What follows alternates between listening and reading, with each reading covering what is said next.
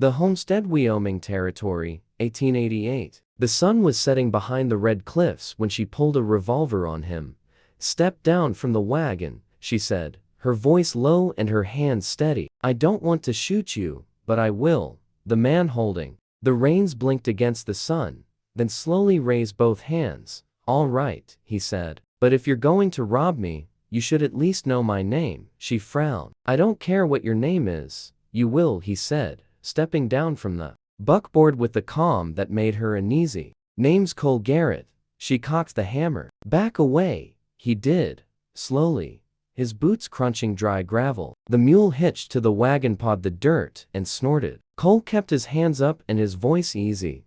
"You alone?" "None of your business." He glanced past her, his eyes sharp. "You don't look like a thief." She gritted her teeth. "And you talk too much for a man with a gun pointed at him."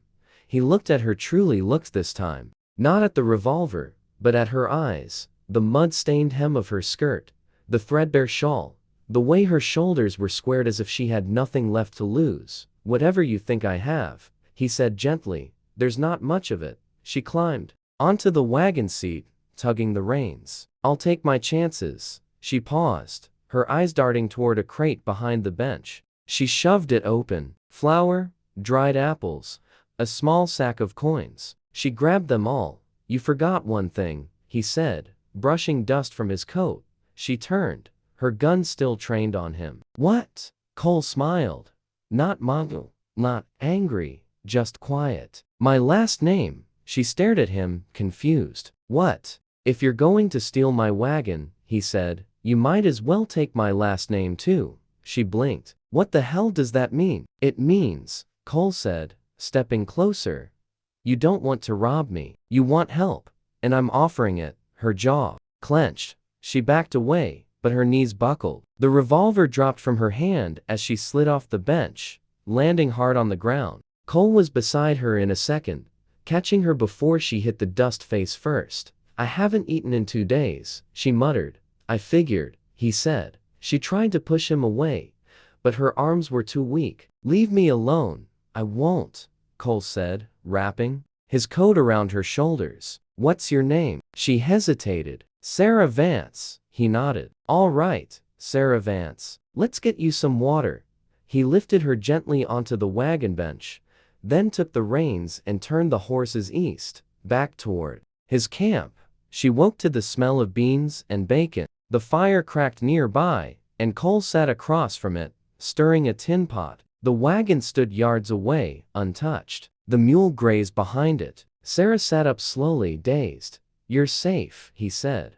Not looking at her, she glanced down. His coat still covered her. She shrugged it off, standing. "Why didn't you take me to the sheriff?" "Because you don't belong in a jail. You belong somewhere safe," he said. She scoffed. "You don't know anything about me." "I know enough. You're hungry. You're desperate. And you're not a killer." Silence stretched between them. "I have 2 children," she whispered. "Back in Laramie." Cole nodded, still stirring. "How old?" 7 and 5. "Lily and Ben." He looked up then, his eyes steady. "Where are they now?" "I left them with a woman I thought I could trust," Sarah said, her voice breaking. "When I came back, they were gone. She sold them off as labor. Said she needed the money." Cole stood, crossed to her, and handed her a tin plate. "You're going to get them back." She took the food with shaking hands. "How?" "I have horses, a wagon. I know folks from here to Cheyenne. You help me run my goods through the territory, and I help you find your children." Sarah stared at him. "Why would you do that for me?" "Because I believe in giving people a second chance. And because you tried to rob me instead of begging. That takes grit." She swallowed hard. "You're either the kindest man I've ever met, or the dumbest." Cole smiled again. "Maybe both." They rode together the next morning under a pale blue sky. Sarah sat beside Cole on the bench, holding a folded map he had drawn from memory. Each town was marked in careful script. "You know all these places?" she asked. "Lived here most my life." "And what do you haul?" "Mostly dry goods, sometimes tools, sometimes whiskey, if the law is looking the other way." She glanced at him. "You sure you want someone like me riding beside you?" "I wouldn't have it any other way." Days passed in a quiet rhythm. At night, they camped near creeks or under cottonwoods. Cole never pushed, never asked questions she wasn't ready to answer. He gave her space, but also a quiet steadiness. One night, as she washed dishes in the creek, she caught him watching her. She turned, wiping her hands. "What?" He shook his head, smiling softly. "Nothing. Just glad you're here." Sarah looked away, her heart pounding. She wasn't used to kindness, not from men. They had taken and left. But Cole was different. He listened. He noticed. He made her feel seen. That night, she lay awake in her bedroll listening to the sound of his breathing across the fire. For the first time in years, she didn't feel alone. By the sixth day, they reached Dry Gulch. A boy at the trading post tipped them off. 2 children matching her description had been seen weeks ago, sold to a rancher outside town. Sarah's hands shook as she gripped the wagon's edge. "You think it's them?" Cole looked at her gently. "Only one way to find out." They rode hard. The ranch sat in a valley rimmed with mesquite and dust. A tall man stepped out when they pulled up. Cole swung down first, his hand near his holster. Sarah climbed down after. "We're looking for 2 children," she said. "Brown hair. A girl named Lily, boy named Ben." The rancher frowned. "Bought a pair like that. Real quiet. Good workers." Cole stepped forward. "We'll pay you double what you gave for them." The man's eyes narrowed. "They yours?" "They're hers," Cole said. "And you're going to give them back." The man looked at Sarah, then at Cole. He saw the way Cole stood in front of her, the way she gripped his arm. "Take them," he muttered. "Didn't want them anyway." Sarah ran toward the shed. The door creaked open, and there they were, crouched on a pile of hay, their eyes wide. "Lily," Sarah whispered. The girl stood slowly. "Mama." Sarah fell to her knees, pulling them both into her arms, sobbing. Cole stood back, watching. When she turned, her cheeks wet, children clinging to her, she met his gaze for a long, quiet moment. "Thank you," she whispered. That night, the children curled up in the wagon bed, fast asleep. Sarah sat by the fire, staring into the flames. Cole sat beside her, close but not too close. "You meant what you said," she murmured. "I don't say what I don't mean." She turned to him. "You've been kind, Cole. More than I deserve." "You deserve more than you've ever been given," he said. "And if you'll let me, I'd like to give you more." Her breath caught. "You forgot something," he said softly. She blinked. "What?" "When you robbed my wagon," he said, a half smile on his lips. "You forgot one thing." She stared at him. He leaned in just enough for her to feel the warmth of him. "My last name." Sarah's lips parted. "I want you, Sarah Vance," he said. "And I want those children too. If you'll have me." Tears welled in her eyes. "I will," she whispered, her voice shaking. "I will." Cole rose before first light, the chill still clinging to the mesquite shadows. He kept his movements quiet, feeding the coals, setting a pot to boil. The children were still bundled in the wagon bed, and Sarah hadn't stirred. He let her sleep. She hadn't had a rest like that in who knew how long. Behind him, the wind tugged gently at the canvas tarp. He reached underneath and pulled out a folded shirt, one of his better ones, faded blue with a few stubborn patches. He laid it beside her shawl on the wagon seat, then returned to the fire.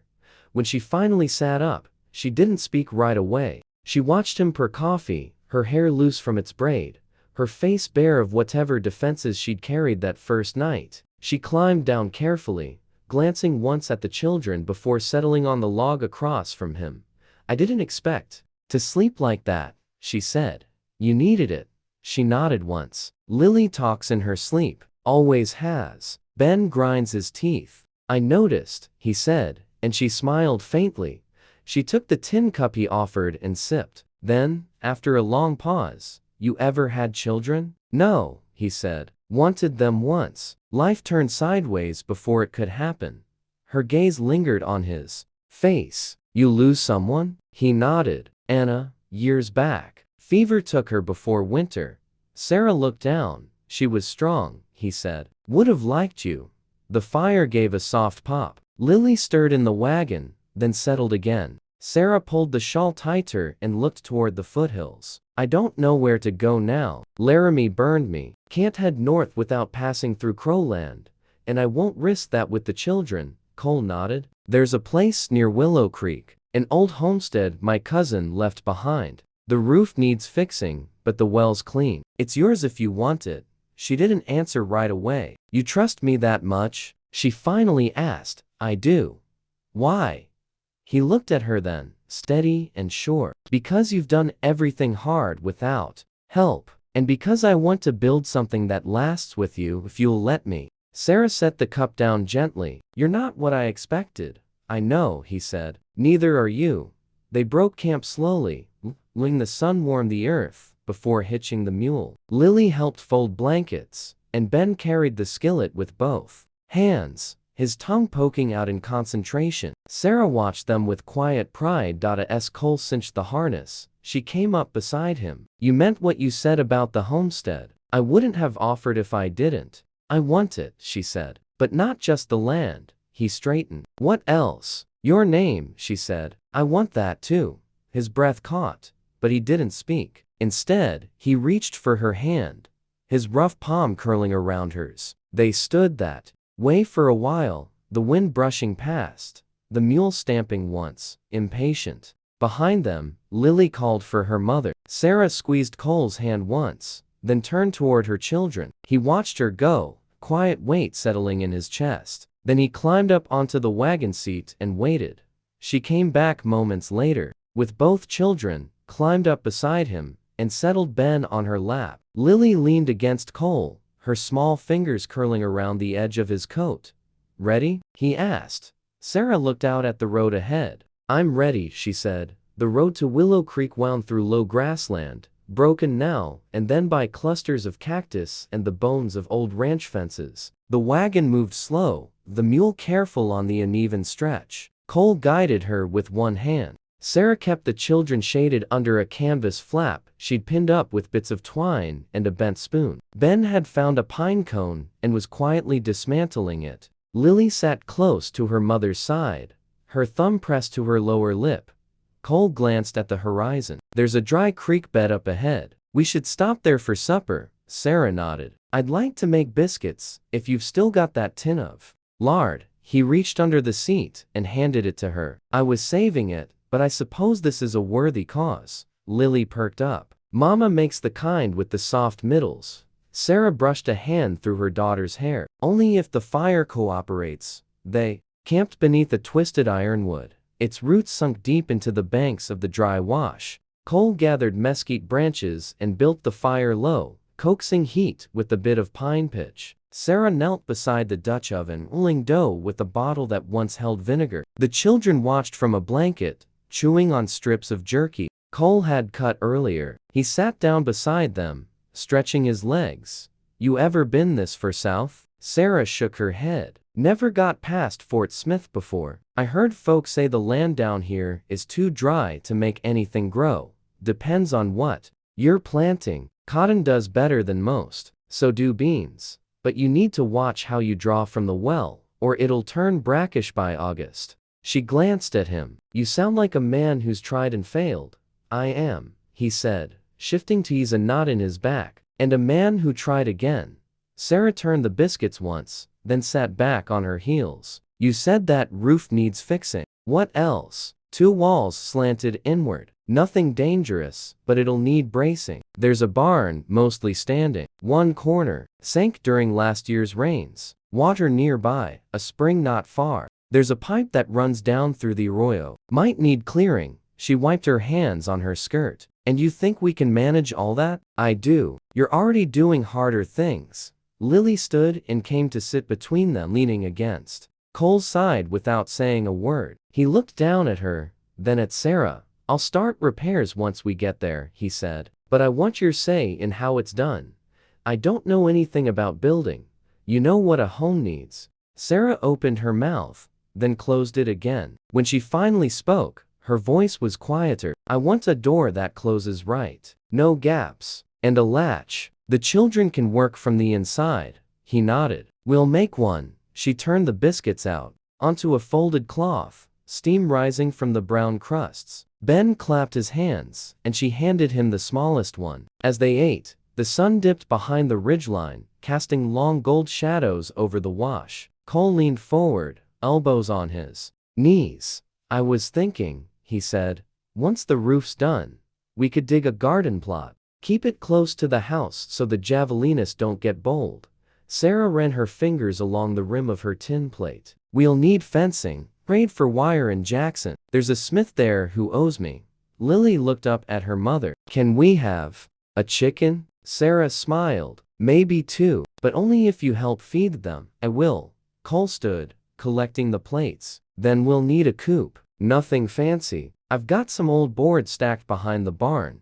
They cleaned up without hurry. The stars came out one by one, and Ben fell asleep, curled against his sister under the blanket. Sarah stayed near the fire, her legs tucked beneath her. Cole settled across from her, rubbing the heel of his palm where a blister had split open. Earlier, she reached into the wagon and came back with a scrap of cloth and a small jar of salve. "You don't have to," he said, but offered his hand anyway. She worked in silence, wrapping it neatly. He watched her face. "You ever think about what comes after all this?" She tied the knot and let his hand go. "I try not to get ahead of myself." "I do," he said. "I think about you out there on that porch watching the sun come up. Lily chasing chickens. Ben dragging a stick through the dirt like it's a plow. And me, splinters under my nails," he said, his voice low. "Dust in my boots. But the kind of tired that means something." She looked at him over the fire, her eyes steady. "Then we'd better make it last." The embers glowed between them, soft and warm. Neither moved to break the quiet. Then, without a word, she reached across and rested her hand over his. He didn't speak, just turned his palm upward and laced his fingers through hers. The first time Sarah saw the cabin, the wind was carrying dust sideways, and the air smelled of dry sage. The roof slanted unevenly, and the door hung open on one hinge. Still, she stared at it like it was something sacred. Cole stepped down first, then offered her a hand. Ben clung to her skirt and Lily tucked close behind. "It's not much," Cole said, brushing grit from his sleeves. "But it holds when the wind comes hard." Sarah stepped forward, the children following. The porch boards creaked, but held. Inside, the single room was dim and still, thick with the scent of old wood and trapped heat. A rusted stove squatted in the corner, and a narrow cot leaned against the far wall. She crossed to the window and unlatched the shutter. Light spilled in across the floor, catching on floating dust. Lily wandered over to a low shelf, touching a cracked mug left behind. Ben crouched to peer at a trail of ants along the wall. "I'll sleep on the wagon until we clear space," Cole said from the doorway. Sarah turned. "We'll need a second cot. The children can share. I'll build one. Got some pine stacked behind the barn." She nodded, then stepped outside again. The land unrolled quiet before her gold grass, scattered mesquite, the hint of distant hills. A hawk circled for overhead, riding the silence. "How deep's the well?" Cole walked to the pump handle, gave it a hard pull. It groaned, then spat a weak stream. 50 feet, lined with stone, not timber. "She'll hold." Sarah knelt and ran her hand under the trickle. "Cool." He watched her for a moment. "You've got a way of looking at things like they're speaking to you."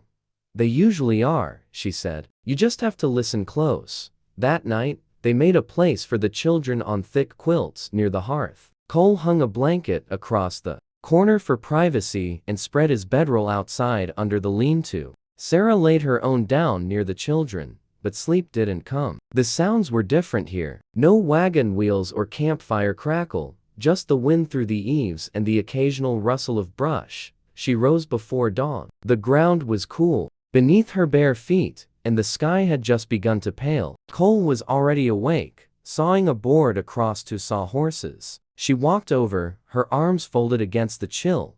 "You always work before sunup?" He didn't stop. "Helps me think." "What are you thinking now?" "That I'll need another 2 boards if we want the cot to last through winter." She tilted her head. "You planning that far ahead already?" "I am," he said, setting the saw aside.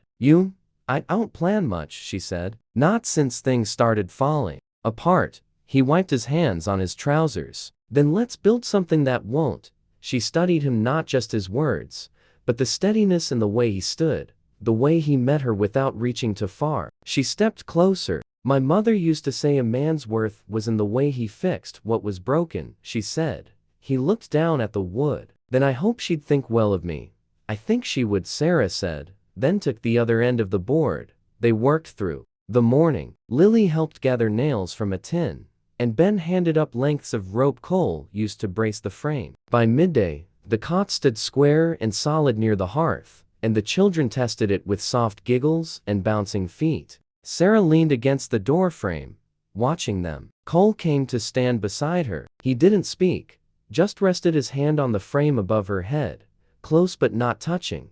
I used to think I'd never have anything steady again, she said. I stopped letting myself picture it. I picture it all the time, he said quietly. You hear, the children growing, the years making this place better instead of harder. She turned to face him. You really mean to stay? I meant it the moment I gave you my name. Her breath caught, but she held his gaze. Then I'll stay too. His hand dropped to hers, his fingers brushing. She didn't pull away. That night, they sat outside while the children slept. The stars were sharp above them, and the land stretched quiet in every direction. Cole passed her a cup of warm chicory brew, and she accepted it without a word.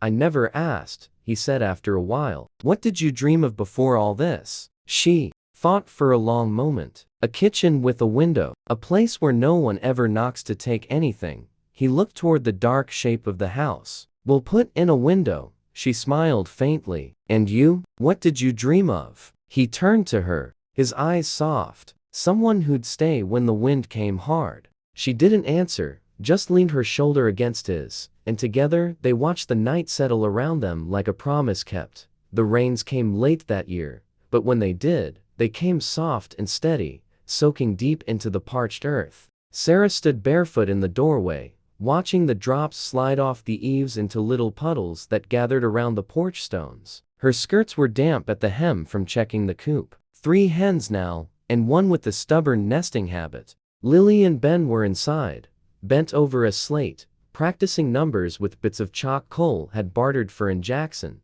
Cole was in the barn, hammering the last brace into place. The roof no longer leaned, and after weeks of work, the walls stood firm, as straight as he could make them. He'd found an old horseshoe under the floorboards and hung it above the door. Sarah had said nothing at the time, but later that night, she touched it with her fingertips and whispered something under her breath. Inside the cabin, the new window Cole had cut into the east wall let in the gray light. Sarah wiped her hands on her apron and opened the stove door to check the cornbread. The scent of brown crust filled the room. Ben sneezed once, and Lily shushed him with the quiet authority of a big sister. Sarah turned toward them. You two remember to bring in kindling before supper. Ben nodded. We stacked it by the door. Good. Thank you. Cole stepped in just then, wiping his boots on the mat he'd made from braided rope. His shirt clung to his shoulders from the barn's close air, and he ran a hand through his hair before crossing to the basin. Roof's holding, he said. Not a drop inside. Sarah handed him a towel. It looks good. You did it right. He glanced at the children and lowered his voice. You hear from the courier? She nodded, pulling a folded paper from the shelf. Judge signed it. The adoption's legal now. Cole's hand paused on the towel. All of it. Every line. He folded the towel carefully and set it aside. Then they're mine too. Sarah nodded, her throat thick. They've been yours from the start. This just made it known. The next morning, they rode out together to the edge of the property. Cole had built a fence past the garden plot, and beyond it lay a grove of young mesquites. The children stayed behind with their new neighbor, a widow named Ruth, who'd taken to Lily like a second grandmother. Cole handed Sarah the reins to the mule hitched to the small plow. You still feel up to it? She narrowed her eyes at him. You think I won't manage? I think you'll do better than I did. She walked the mule forward, the blade cutting a neat line into the damp earth. Cole followed beside her, adjusting the depth as she kept the rows straight. They worked until the sun crested overhead and the sweat darkened their backs. But by the end of the day, the beans were in and the corn rows were laid. A tea supper, They sat outside to catch the breeze. Lily had made a necklace from split mesquite pods, and Ben kept fiddling with the carved whistle Cole had shaped from a bit of cedar. Sarah rested her head against Cole's shoulder as the crickets started up in the grass. "I never thought I'd want to stay in one place," she said. "You don't have to go anywhere now. It's not just the land," she said. "It's what we made of it." He turned and kissed her temple, slow and certain. "What we're still making." That night, when the children were asleep and the lantern burned low, Sarah stood by the window and looked out at the dark. Cole came up behind her, wrapping his arms around her waist. "We'll plant tomatoes next," he said, his voice low. She leaned back into him. "And cucumbers. We'll need to build a smokehouse too, for the fall." "We will." He turned her gently, his hands resting at her hips. "This life," he said, "it feels like something we earned." "We did," she said. "Every splinter, every mile, every long night." Cole kissed her then, not hurried, not tentative. The kind of kiss that held a vow inside it, quiet and deep. When they pulled apart, she didn't look away. "You're sure?" he asked, though he already knew. She nodded. "I'm sure." They were married under the cottonwood that grew near the spring. Ruth stood witness with both children holding baskets of wildflowers. The preacher came from Jackson, his boots dusty and his collar askew, but his words were steady. Cole wore a clean shirt Sarah had stitched new buttons onto. She wore a faded blue dress with the hem let down. When the preacher asked if they'd take each other, Sarah answered before the man had finished the question. Cole didn't hesitate either. Lily grinned, and Ben clutched a handful of petals he forgot to throw. Later, they danced to a fiddle played by Ruth's nephew, the children chasing fireflies in the grass. The sun dipped low, and the stars came out, one by one. They built a swing from a length of rope, and hung it from the cottonwood. Lily pushed Ben while Cole and Sarah sat on the porch steps, their fingers laced. The house behind them stood solid, its windows glowing warm in the dust. As spring turned to summer, the crops held. The hens laid regular, and the children grew taller. Cole repaired the barn's loft, and Sarah started a small trade in preserves. The neighbors came and went, but the home remained steady. Each night after the lanterns dimmed, they lay beside each other, her breath slow against his collarbone, his hand resting at her waist. No more running, no more fear, just the soft rhythm of belonging and the quiet strength of a life built one day at a time, together.